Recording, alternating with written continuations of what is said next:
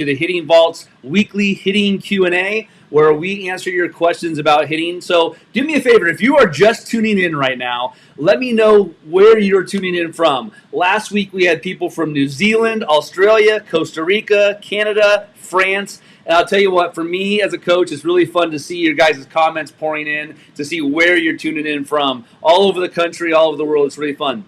I'm really excited today because my special guest is Callix Crabbe, the assistant hitting coach for the Texas Rangers. Callix, thanks for being with us today. Thank you so much for having me. Very excited to sit down and talk baseball. Awesome. I appreciate you being on here. And so today, if you've tuned into the show before, you know this is Q&A, and we are trying to help hitters and parents and coaches the best we can with your questions about hitting across the board. It could be anything from little league stuff to older stuff. We want to help you. So again, thanks for everybody for tuning in. If you are tuning in, if you're tuning in on Facebook or you're on YouTube or Twitter, hit that like button, hit that share button for me. Let me know you are here. We've got people tuning in from Wisconsin this morning. We've got from Clanton, Alabama, someone from Ohio. Russell's tuning in from Santa Rosa. Mark Barron's in Barrington, Illinois. We got another person in northwestern Pennsylvania. So we got all over the country this morning. It's pretty awesome. So get your questions in, and we would love to hear. Now, Callix, as the questions are starting to come in, tell me a little bit about, spring training's coming up, and there's still some time about what's going on, but for you right now, getting ready for spring training, I know some family time's going on, but from a hitting standpoint, tell me a little bit about, if you're a minor league or major league player and you're 2 weeks away from reporting or around that time, what are those guys doing to get ready? So I have a good group up here in Tampa. The younger minor league group, their season's probably going to start a little bit later, but big league guys are obviously finishing the final touches on any adjustments that they've tried to make from the previous year's successes or failures. So you're looking at starting to see some velocity, starting to get a little bit of spin, starting to get some spin data into your game, making sure that when you show up to spring training, you don't have a whole lot of time once you start playing games. So it's important for you to get that that database built up as best as you can, so that you can quickly jump out the gate and give yourself a chance to make a team if you need to make the team. And those guys are obviously in better positions. They're just going to kind of like ease their ways into it. But generally speaking, you should start seeing a little bit of overhand, a little bit of live at bat, see some spin, and then kind of build into spring training like that. Yeah, they're ramping up to get ready for some getting live here quick, right? So pretty awesome right here. We've got Michael's tuning in from Santa Clara, California. We got someone in warm Palm Springs. Hagen's out in Colorado. Joe's in Temple, Texas. And so our first question this morning comes from Matt Martinez, and his question is, how can you increase hand speed? So that's an interesting question. We talk a lot about bat speed, exit velocity, talking about hand speed. Callix, you got anything on there? Do you ever come across that question? Yeah, so I have. I think first and foremost, let me explain that hand speed obviously isn't the only important thing in hitting. Hand speed and bat speed obviously it's a little bit different. But I have a system that I've used. It's called a power-up system, and there's the super speed slugger sticks.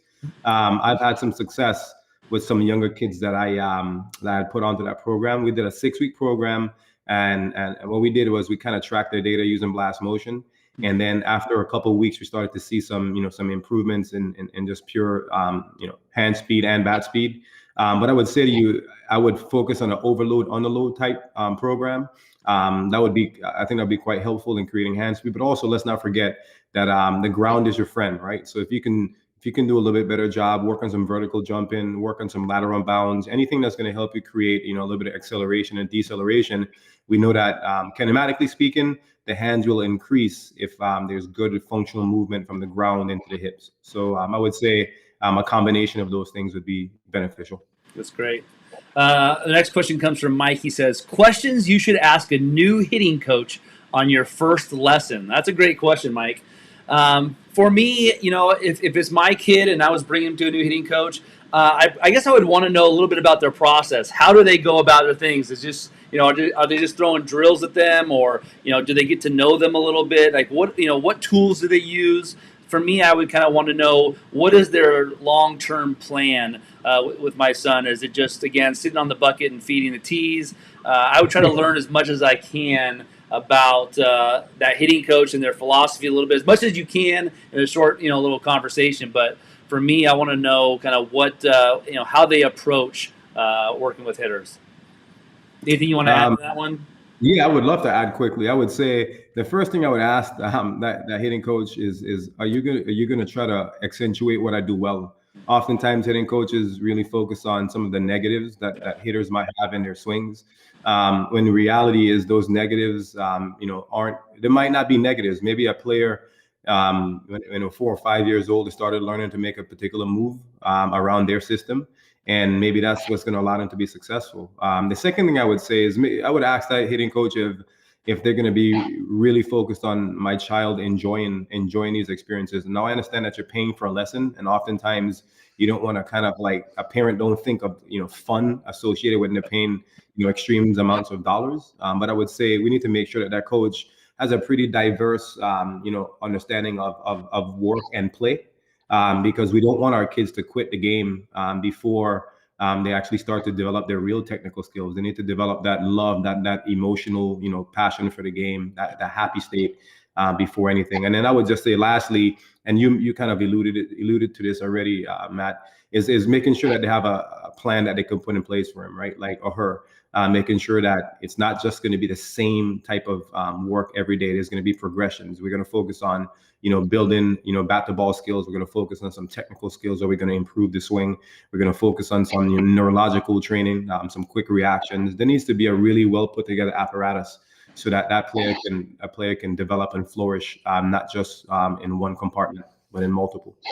Yeah, that's great. And I would just say, again, like, parents got to understand that for most kids, like, that lesson can be sometimes intimidating. They could be a little bit shy. So you want to make sure that coach is going to have some fun too, because you don't want the kid dreading you dragging them to that hitting lesson each week. That's not fun for the coach. It's not fun for the kid. So, hey, again, if you're just tuning in right now, my special guest is Callix Crabbe. He's the assistant hitting coach for the Texas Rangers, and we are answering your questions live on our Q&A with the Hitting Vault. .com. So thank you guys so much. If you're just tuning in, hit that like button, hit the share button, and let me know where you're tuning in from. Again, we got people all over the country today. Matt's in New Mexico. We've got Kai in Santa Rosa. We got another person in Grand Rapids, Michigan. And even Michael Valorizo says, "Nice work having Callix on. I scouted him in Georgia." Michael, yeah. So it's good. It's good to see a lot of great guys on here. So. Let's see. Here's a question from Kyle Norman. He says, "Do you like to use the machine, and how often?" So I'll start off. I'll tell you, I love the machine. I'll tell you, maybe 5-10 years ago, I didn't use it very much. I'll own that. I did not use it as much, and I will say nowadays, man, I use it every day. Some of my pro guys right now, I mean, I can tell you one of my pro guys right now, he really barely some little front toss, a little tee to get warmed up, and then his entire time is on that machine, going hard, from off speed to fastballs, everything. So I love the ability to create game-like speed and spins and things like that from the machine. I'll tell you, one of the funnest things I did when I first got to the University of Missouri baseball, we have all this data from the TrackMan. We had every SEC pitcher, and I took the pitching machine, three-wheel Rawlings machine, out to the game mound with TrackMan, and we tried to create every SEC pitcher from the machine. And then we brought it back to the cages, and we had different dials for different pitchers. So I'm a big fan of it. I think it does a lot of game stuff. But I can tell you, when I got to the Chicago White Sox and the minor league guys, there were a lot of guys who said, "I don't hit off the machine," or "I don't like the machine." Kind of some type of combo of that. And it was hard to have some conversation because you got a lot of college and pro guys who aren't used to it. They don't like it. What do you think, Callix? What do you think about the machine? So, I'm a believer in it, but I believe that there's two sides to it. I think emotionally speaking, you need to, get with the player at the right stage. There's some guys that don't like getting, embarrassed right before the game. And so there's that part of it. I believe that creating game-like environments is a very beneficial thing. And there's a flip side to it too. I think oftentimes with the machine, a hitter, if you only focus on high extreme velocity, the hitters might speed up. And so I think at times you can focus on long machines. So you can take that machine and put it behind the mound past 60, 65 feet. and you can create these slow balls coming in, so we can develop a little bit of cadence and rhythm and adjustability into your game. So I think, there's an element, there's a component that should be about creating, a quick neurological response to game-like environment. And then the other side of it is creating the ability to slow down and learn how to time and create a little bit of stability into the swing. So to answer the question, I definitely believe the machine is beneficial. I don't think that every single player needs it the exact same way. I believe that there's some that, it can speed them up too much, and there's some that need to work on slowing it down. So definitely believe in it. I think you just need to make sure you do it individual. Yeah, and the best part about coaching is that relationship where you start learning. Some guys need that; they need that feel good, and they don't want to get owned by the machine. And you got to figure out that balance of. But you need to challenge. You need to be challenged, though. Definitely, Yes. there's a component to it. Again, the timing of it is important. Absolutely. All right, so we got people. I just love seeing, like, we've got Brian in Snowy, New Jersey. We got Brenda's in New Jersey, Allison's in Abilene, Texas, Brian's in Iowa, Zach's in Madison, Wisconsin, Jacqueline is in Huntsville, Texas, Steve in Oklahoma. We don't have. I don't see any internationals this week so far yet. So if you're tuning in from overseas, I want to hear from you, because I love seeing some of those overseas. So the next question we've got for you comes from Kyle again. He says, do you have any absolutes in the swing that you think are musts? And I know the word absolute sometimes is scary in itself with hitting, but is there anything in your mind that you kind of stick out as an absolute when it comes to the swing?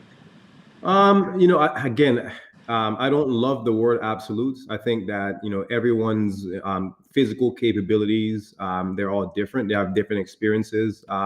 There's some hitters who do a great job of feeling the ground. There's others that you might not do so much. There's some hitters that need to think about, I hate saying it, but think about swinging down, as long as they're creating the correct movements to it.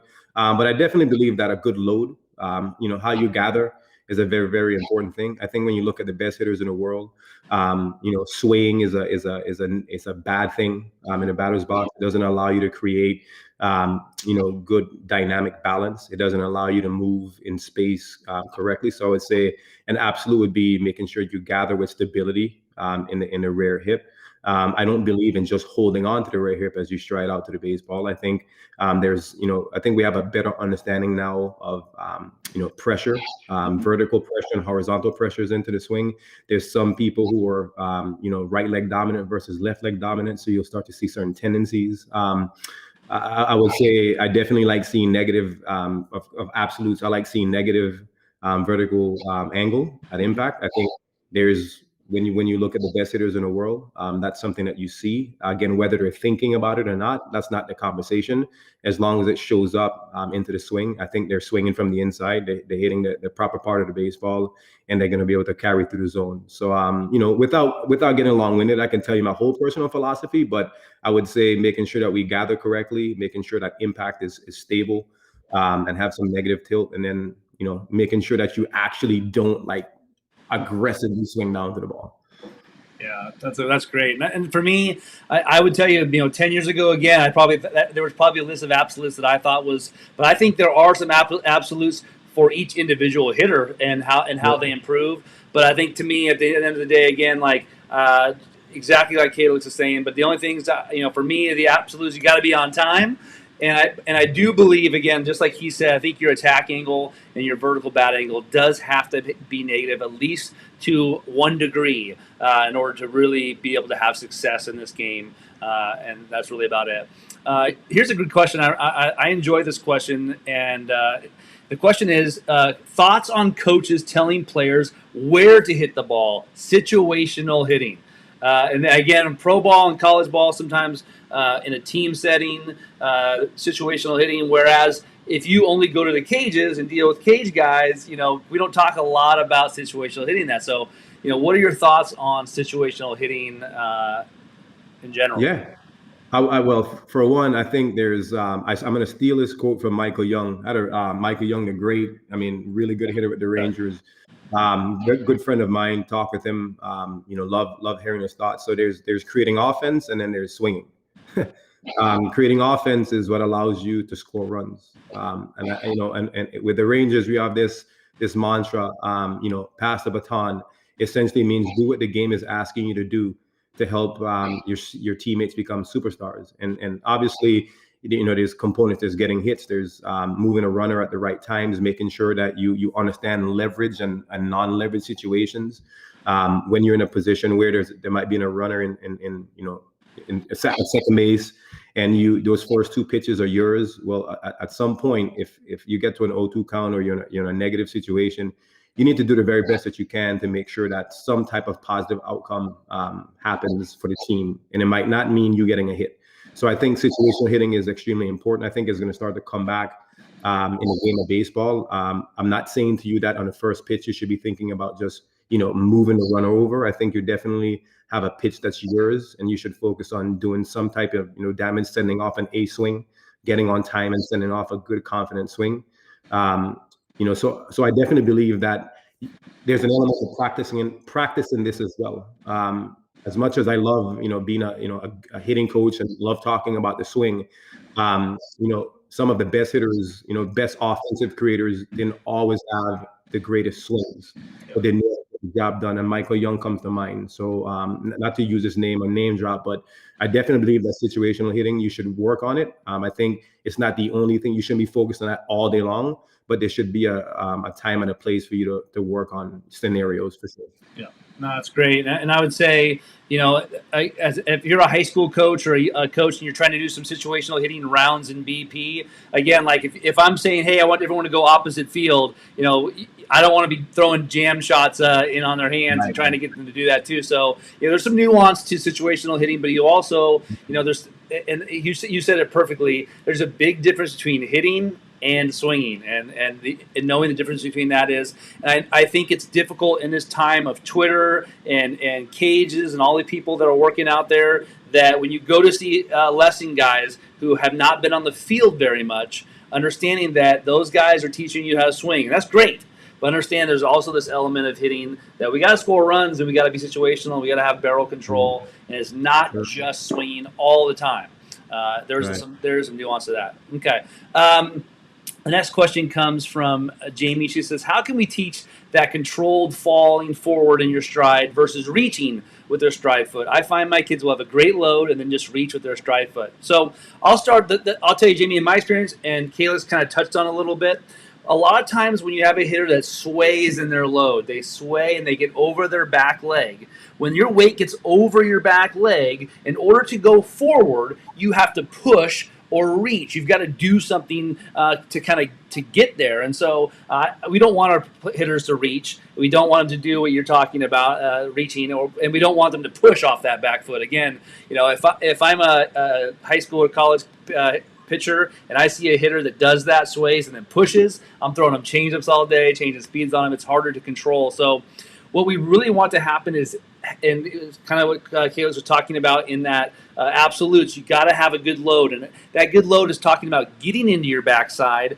without getting over it. And it has to do with more of, getting some internal rotation in my hips and getting your weight into your backside versus my hips, and kind of dropping my hands here, swaying back. And to me, the biggest problem that I see with hitters that reach or push in their stride is that they sway and they get over their backside. So, see what your hitters do. Film them from the side. Kind of watch their head too. If their head goes back in their load, that's probably another sign that they're swaying and they're getting over their backside.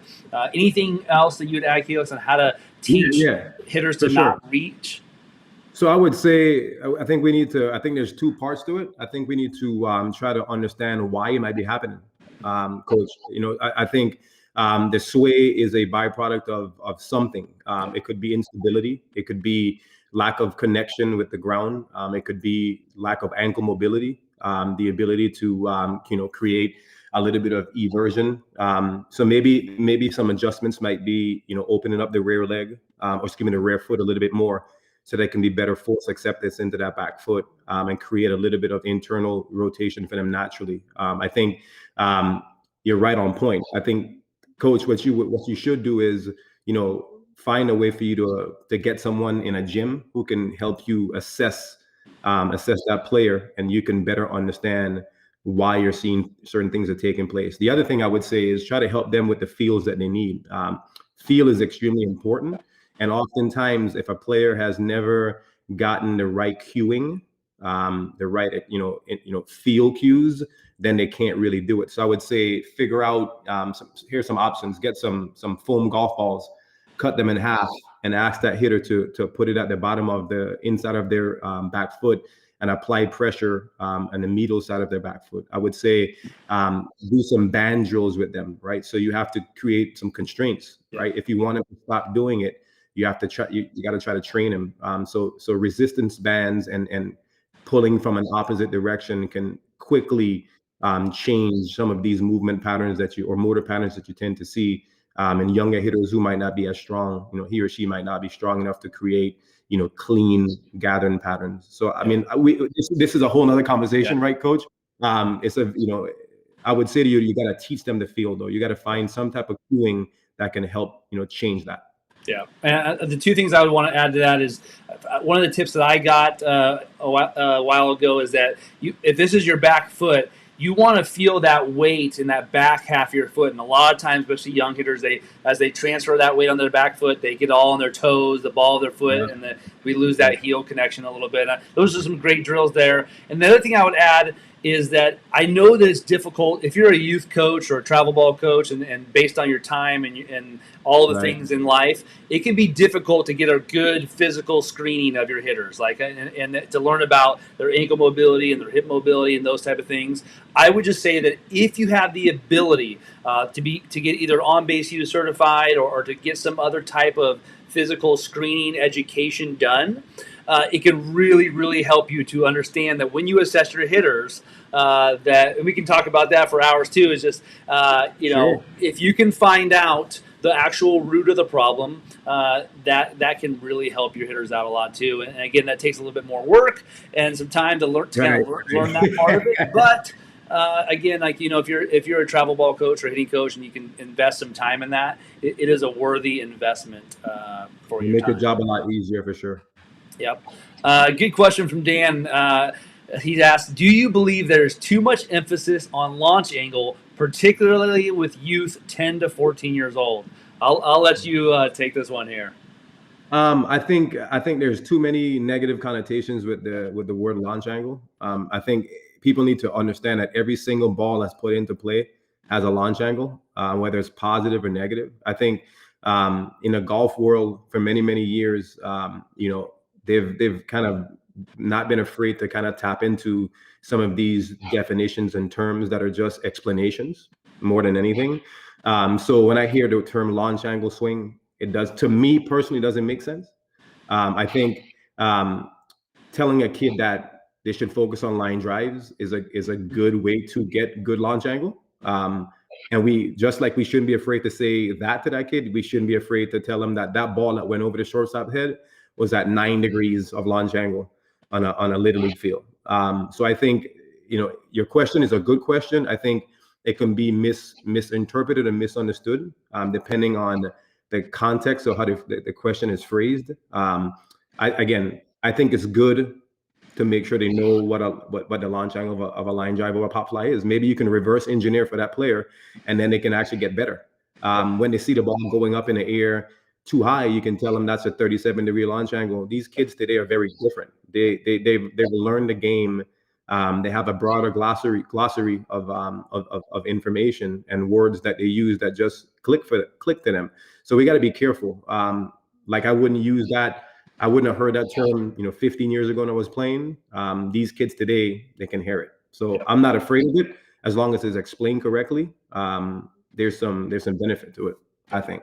And I think I couldn't say it any better, but I would just say I think that a lot of adults nowadays don't give these kids credit to how well they know things like that. And again, my kids, The world is gamified, from video games to stats. These guys, they know and they understand it. So I'm all for keeping things simple, and I want things to be as simple as possible for our hitters. But I also give them a little credit in understanding what, and if they actually understand what launch angle is, like you talk about, line drive is 9 degrees, and I always tell our hitters, hey, what do you think a line drive over that shortstop's head is? And they'll say 10 degrees, 12 degrees. Awesome, perfect. That's all I want you to think about. If they want to think about hitting line drives over the shortstop's head, awesome. If they want to think 10 to 12 degree launch angle, awesome. Whatever works for that kid to get them excited. 100%. Let's see. The next question this is a good one from Kai. He says, have you ever had players that overthink in the batter's box? How do you address hitters who just put a lot of pressure on themselves and overthink in the box versus, taking their best swing and letting it go? I think we all have dealt with players that overthink. I think, again, we have to go back to why it's happening. I think most of the time the reason that someone overthinks is because they want to be perfect.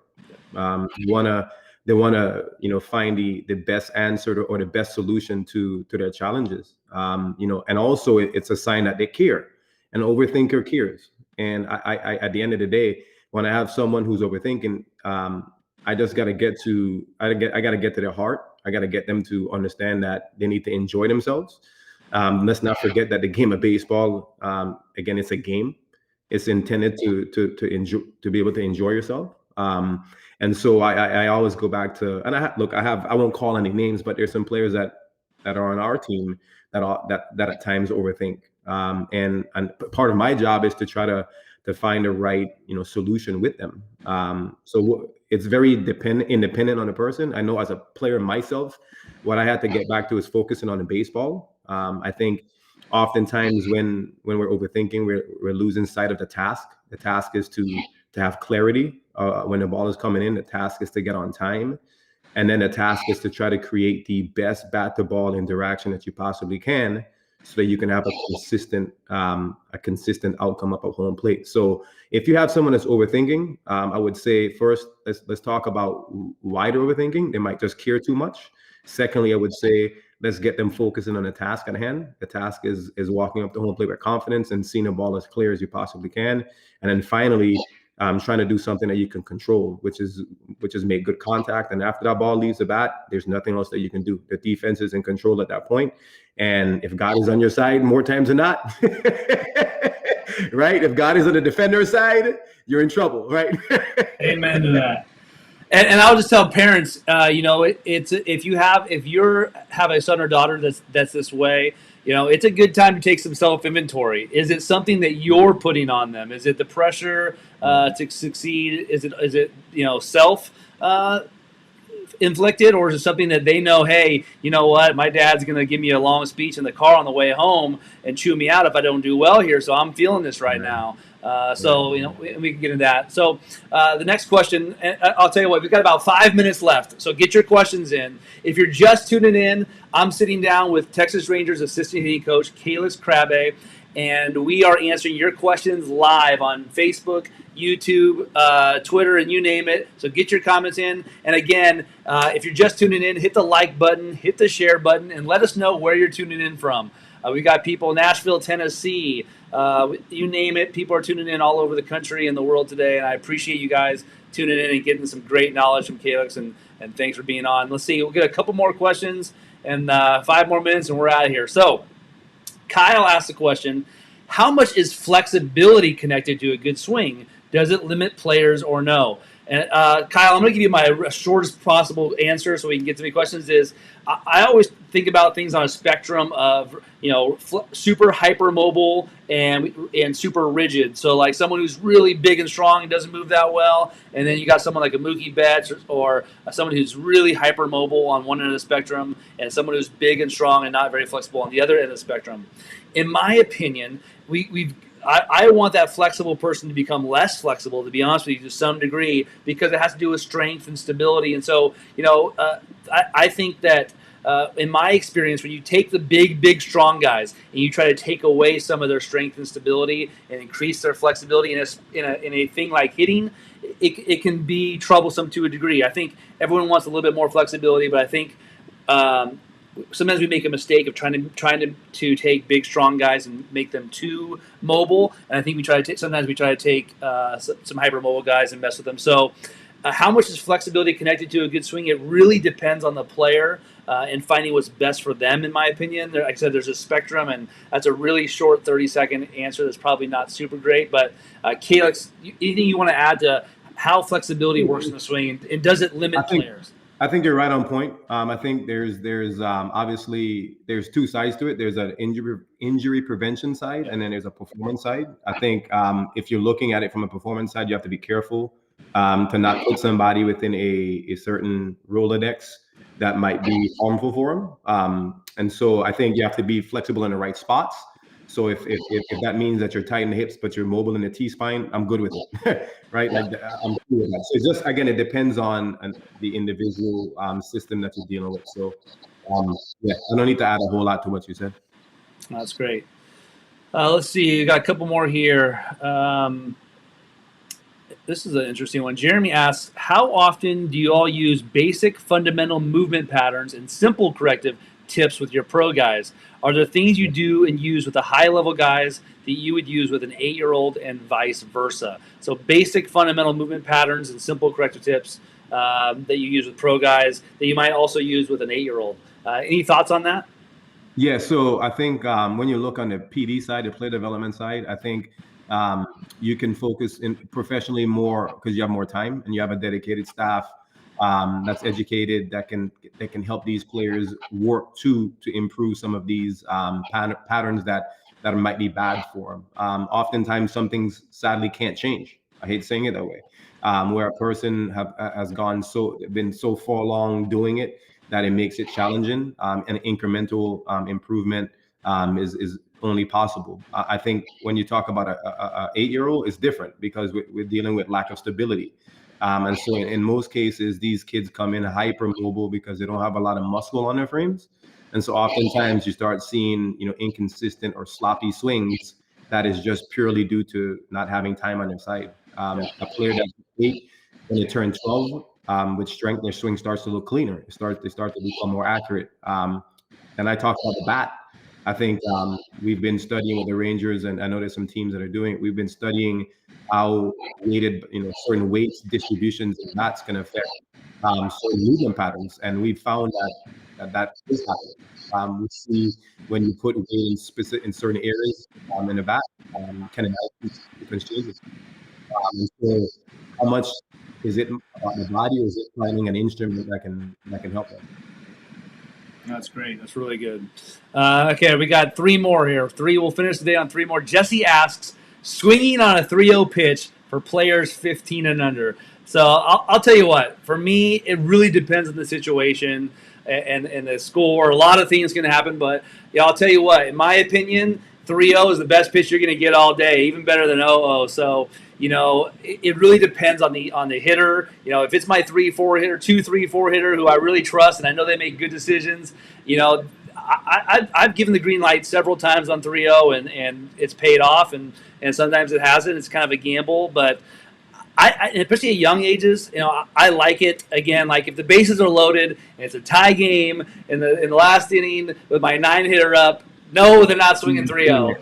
But any thoughts you want to add on kids or anybody swinging 3-0? Yeah, I think when you look at the numbers across the professional sector, at least, we see that the 3-0 swinging is extremely beneficial. I think there's been some situations that you remember from this year that were very good outcomes for players when they swung 3-0.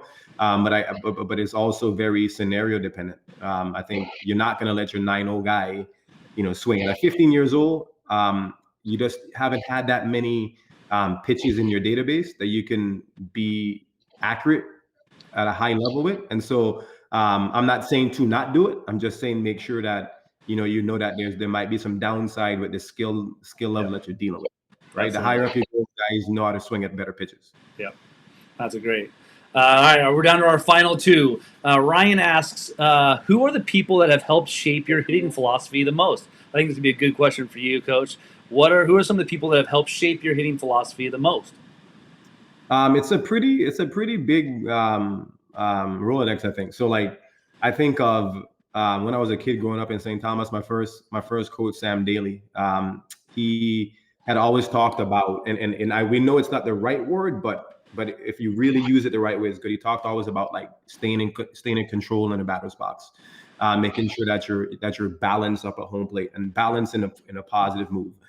So I would say Sam Daly, my first hitting coach, really taught me at a young age. So I would go home and practice correctly. And then as I became a pro, I was very fortunate to have a hitting instructor in the off seasons that did a good job of understanding one style of hitting.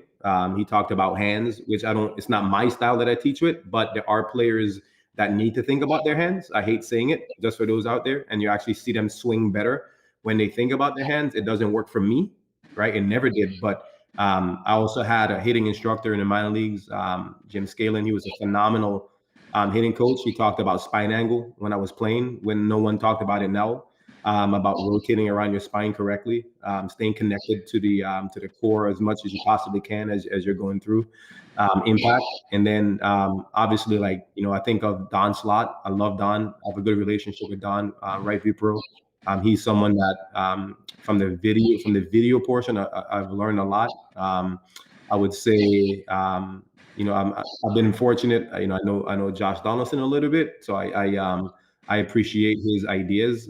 We don't, I don't agree with every single thing that he says, but I believe that he has a really good understanding of how a lot of people's swings work. There's a lot. Look, I think I have had many years in baseball that have helped me develop some attitudes and opinions and some more direct philosophies. But there's probably too many to mention because experiences are what help shape your thought processes. And I've had a lot of good experiences. Played, I was a good hitter. So I would say that a lot of my failures helped me form a lot of my ideas now in hitting. So yeah, hopefully that answers the question. That's great. I appreciate that. And for me, Don Slott's another one for me. Craig Wallenbrock was a big influence on me. And just, again, the list is so long. And I think that, in my opinion, the best guys out there, they follow so many guys and learn from so many guys. I mean, if you follow Callix on Instagram, he's got some great information on there. I kind of pick from all these different guys. Oh, I like that. That's really good information. And you try to as a coach, you do your best to try to learn from as many people as possible, and you build your toolbox to figure out what's best for you. So, all right, Coach, we've gone into overtime, but I want to ask you one last question. It comes from Jeremy. He says, does Coach Crabbe have any social media pages to follow for tips and info? So as you're thinking of that, for me, I'll tell you, again, for me, Callix is a great follow. On Base U is a great one. They share a lot of good information on Twitter in regards to how the body works. I think about also Tommy Johnson, and there's a couple of strength and conditioning guys out there that are really good. Callix, who are some guys maybe on Instagram or someone else that you like to follow? It doesn't have to be even be hitting stuff. Maybe it could be anything else tips wise. Yeah, so I have to admit I've been pretty poor intentionally about not getting too wound up on social media. Some of you guys at one point, as you know, Coach, I was big on it and then I've kind of pulled back. There's reasons why, but there's a ton of them. I think you mentioned on the issue. I think you should follow a lot of these sites that talk about movement. So I would say follow my group here in Tampa, Diesel Fitness. They do a really good job of just talking about how to improve your movement just through life. I would say Coach Lisle. Right? I've enjoyed. I'm serious. I've enjoyed his social media sites. But there's so many and there's so many that I can't send you directly to one. But I will say this: you need to vet some of those that you do follow. Because we have to remember there's sites that are trying to give you tangible information, and there's some sites that are just trying to gain followers. And the sites that are trying to gain followers, they're combative. They argue. They try to fight against people's philosophies. I would say stay away from those because everything that is educational doesn't mean that it's going to be for you, but it should be good information. Yes. And it should be fighting, right? Like so, and that's kind of why I don't do the social media thing. I want to get with people that matter and they care about like individual success and like growing people. That's the sites that you should gravitate toward. Rather than me tell you to go to a particular site, make sure you find the ones that are about putting out good information and not being combative. Yeah, And that'd be my biggest tip for anybody following anybody is in the Twitter hitting world or anywhere else. Like if all of their content is trying to tear down other people's stuff and being combative, that's not an account to follow. I can tell you that right now. We can all think of a handful of people right now that they go on there and they battle everybody. Look for the people who are positive and who are sharing actually valuable information without tearing down other people, and that would be my best advice. So, Callix, I appreciate you so much being on today. We got lots of great content from you. There were so many good questions out there. Thank you, everybody. Make sure you follow Callix. I said on Instagram. He hasn't posted as much lately, and I understand why. As coaches, the social media world has gotten tough the last couple of years, but. You can find him on Instagram. I always think he has good stuff there, and follow him there. Make sure you follow the Rangers this year and see what they're doing. They got some great young hitters. They got some older veterans too. They're a fun team to watch hit for sure. So, Callix, thanks for being on, and I appreciate you very much, Coach. Anything else you want to add? No, this was fun. Appreciate you having me. I value you. I appreciate the work that you do, because it's not just changing people's baseball career, but it's changing people's lives. I appreciate it very much. Thank you. So, hey, everybody, check out thehittingvault.com. Check me out on Coach Lisle, and everybody have a great rest of your Monday. Thanks, everyone.